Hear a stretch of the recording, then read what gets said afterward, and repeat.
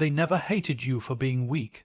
They hated you because even in silence you had power, a quiet kind of strength that made them uncomfortable. You didn't scream for attention, yet people noticed you. You didn't beg for validation, yet your presence challenged theirs. So they plotted, not always with words, sometimes with subtle distance, quiet dismissals, forced laughter when you stumbled. They needed to see you lose first, not because you deserved to fail, but because they couldn't handle what you might become if you won. Your strength threatened their illusion of control.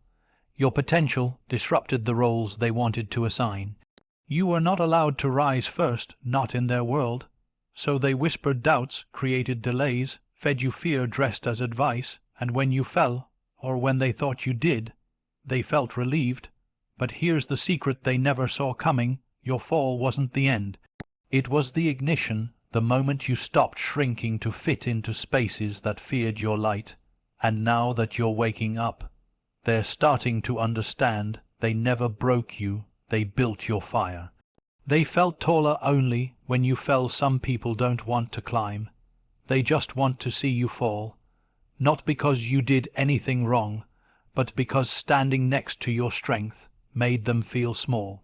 Your presence reminded them of everything they ignored within themselves. You walked into the room with quiet confidence, and suddenly their voices got louder, not out of power, but out of insecurity trying to mask itself as importance. They didn't clap when you won, not because your victory wasn't earned, but because it reminded them of their hesitation, their procrastination, their refusal to become more. So they waited for a crack. Waited for a moment when life would hit you hard, and instead of offering a hand, they offered a smirk, because watching you struggle gave them a strange sense of satisfaction. It made them feel like maybe they were ahead now. Maybe the one who once inspired fear in them was human after all. But what they didn't understand is that you were always human. You just never stopped walking, never stopped building, never stopped becoming. They wanted your fall not because they wanted you gone, but because they needed you broken enough to be less than them, because only then could they feel like they had finally arrived. They didn't celebrate your success. They celebrated your silence. They didn't admire your growth. They questioned it. Not out loud. No, they're smarter than that. But with looks, with doubt, with passive resistance. Because if you could rise without stepping on others, then what excuse did they have for staying in one place? And so your loss became their moment to breathe. Your fall became their false proof that they weren't so far behind. But there's something they forgot. Temporary relief is not the same as lasting victory. You may have stumbled, but you didn't stay down. And while they were busy measuring their worth by your wounds, you were healing, learning, evolving. They forgot the difference between delay and defeat. They mistook your quiet for quitting. They never realized that real strength is not found in never falling. It's found in getting up when you have every reason to stay down. So now that you rise again, something's changed. You no longer need to explain yourself. You no longer try to be small enough to be accepted. And as you stand taller, not on their shoulders, but on your own resilience, they will feel the same fear they tried to place on you. Because deep down, they always knew your fall was temporary. They always knew you were never average. You just needed time. And now that you're no longer shrinking, they'll have to confront the truth they've been avoiding. They only felt tall because you were kneeling. And you don't kneel anymore. They feared the moment you'd wake up. They were never truly bothered by your flaws. What they feared was your potential. They weren't threatened by your mistakes. They were terrified of what would happen if you ever stopped doubting yourself. Because they saw something in you long before you ever saw it in yourself. The way you observed instead of reacted. The way you held your pain quietly, processing storms in silence while the world only saw calm. You had something they didn't know how to name, so they labeled it too much, too sensitive, too intense. But it was never too anything. It was power, unpolished and waiting. They knew if you ever woke up from the doubts they fed you, if you ever stopped accepting the limitations they wrapped around your identity, you would become something they couldn't manipulate. That's what kept them close. Not love, not loyalty, but fear. Fear that one day you'd look in the mirror and finally see the reflection they spent so long trying to distort. So they distracted you with opinions, discouraged you with silence, and made your intuition feel like rebellion. Because your awakening meant they would lose control. The version of you they could manage was the one who questioned everything, especially yourself. The one who hesitated, apologized too often, made yourself small just to keep the peace. But now that you're waking up, truly waking up, it's not just uncomfortable for them, it's terrifying, because your clarity exposes their manipulation, your healing exposes their intentions, your peace removes their ability to provoke you.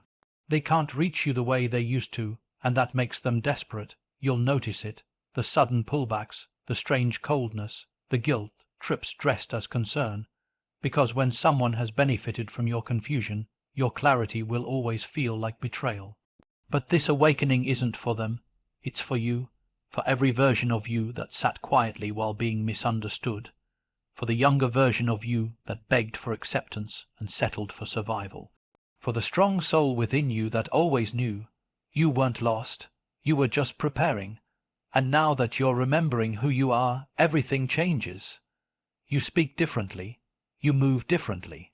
You no longer beg to be seen because you've seen yourself, and once that happens, once the fog clears and the game is revealed, you can't go back. You can't unknow what you now know.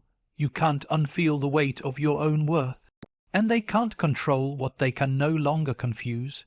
That's why they feared your awakening, because now you don't just walk into a room, you arrive with purpose.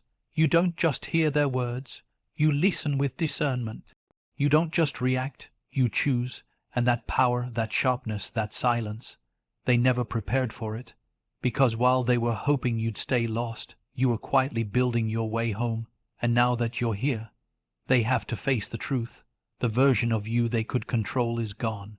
Forever, they needed you broken to stay in control. Control doesn't always look like a command. Sometimes it hides behind concern, behind soft, spoken doubt, behind the kind of silence that says, maybe you're not ready yet. They didn't tie your hands with ropes. They did it with hesitation, with tiny injections of uncertainty every time you reached for more. Why? Because your growth meant losing their grip. The stronger you became, the less they could influence your choices. So they needed you unsure. They needed you to question your own instincts. They needed your confidence to crack, because once it did, you'd start leaning on them for direction. And the more you leaned, the more they could steer you, not toward your greatness, but toward the comfort of staying small. That's how control works. It doesn't shout, it whispers. It doesn't push you down. It lets you rise just enough to believe you're free, while still keeping you one step below your true power. You became their project, not their equal. Someone to fix, to advise, to monitor. Never someone to follow. But deep down, they always knew your strength was not something they created. It was something you had long before they arrived, and that terrified them, because they didn't want a version of you that walked without permission. They wanted the version they could mold, the version that apologized for shining too brightly, the version that asked for space rather than claiming it. So when life hurt you, when the world pushed you into dark places, they didn't lift you, they studied you. They observed your pain not with compassion, but with calculation. They learned how to keep you in it just long enough to make you dependent, to make you believe you needed them to heal. But here's the truth. Your healing was never theirs to give. The light they feared in you never needed their approval to burn. It just needed your permission to rise again. And now that you've stopped asking for directions from people who were lost themselves, their control no longer works. You see it now. The patterns, the games, the manipulation hidden in their kindness. You see how your suffering kept them centered, and you've stepped out of it, quietly, steadily, without applause. And the moment you did, their fear became visible, because you no longer answer their calls for help with self-sacrifice. You no longer explain your boundaries. You no longer seek their validation. And now they're left facing the reality that they never had power over you, just access. Access to your time, your energy, your emotions. But that access came from your permission, and now the gate is closed, not out of anger, not out of revenge, but out of wisdom. Because once you've learned how control hides behind love, you stop confusing the two. And you start walking with eyes wide open, stronger, wiser, freer. Not because they let go, but because you finally did. They needed a story where you failed first. They couldn't handle a version of you that succeeded without struggle. That would be too disruptive, too unsettling to their carefully crafted narrative. They needed a story where you failed first, so they could feel at peace with your rise. Because if you soared straight to your greatness without their help, without falling apart first, then what did that say about them? About their delays, their excuses, their refusal to grow? No, they needed your beginning to look like a breakdown. They needed to believe you had to be humbled, broken, reshaped by pain before you became someone worth admiring. Only then could they justify celebrating you. Only then could they say, see, they had to fall before they could rise. As if the fall was your lesson and their comfort at the same time. They didn't want to witness effortless confidence. They wanted a journey they could tolerate, a version of success they could swallow, one that didn't threaten their comfort zone. So they whispered things like, be patient, don't rush, you're not quite ready, not because they were wise, but because they were afraid. Afraid that if you bloomed too soon, you'd remind them of what they buried inside themselves long ago. You see, your progress exposed their passivity, your clarity revealed their confusion, and your self-trust made their self-doubt louder. So instead of cheering for you, they watched and waited for a stumble, a mistake, something they could point to and say, that's why I never tried. Because your clean rise would leave no room for their excuses. That's why they preferred a narrative of your pain.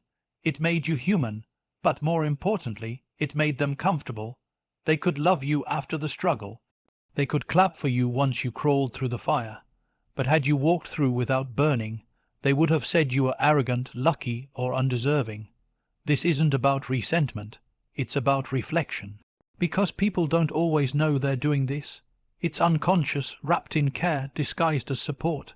But underneath, it's a fear of your freedom, a fear of you becoming more than they imagined, without first being broken. And now that you're standing, not as a victim, but as a force, they don't know what to do with you. You don't fit the old narrative anymore. You've outgrown the storyline. You've reclaimed the pen. And they'll have to adjust or step back, because you're no longer available for roles written by someone else. You're not here to be the comeback kid in their favorite drama.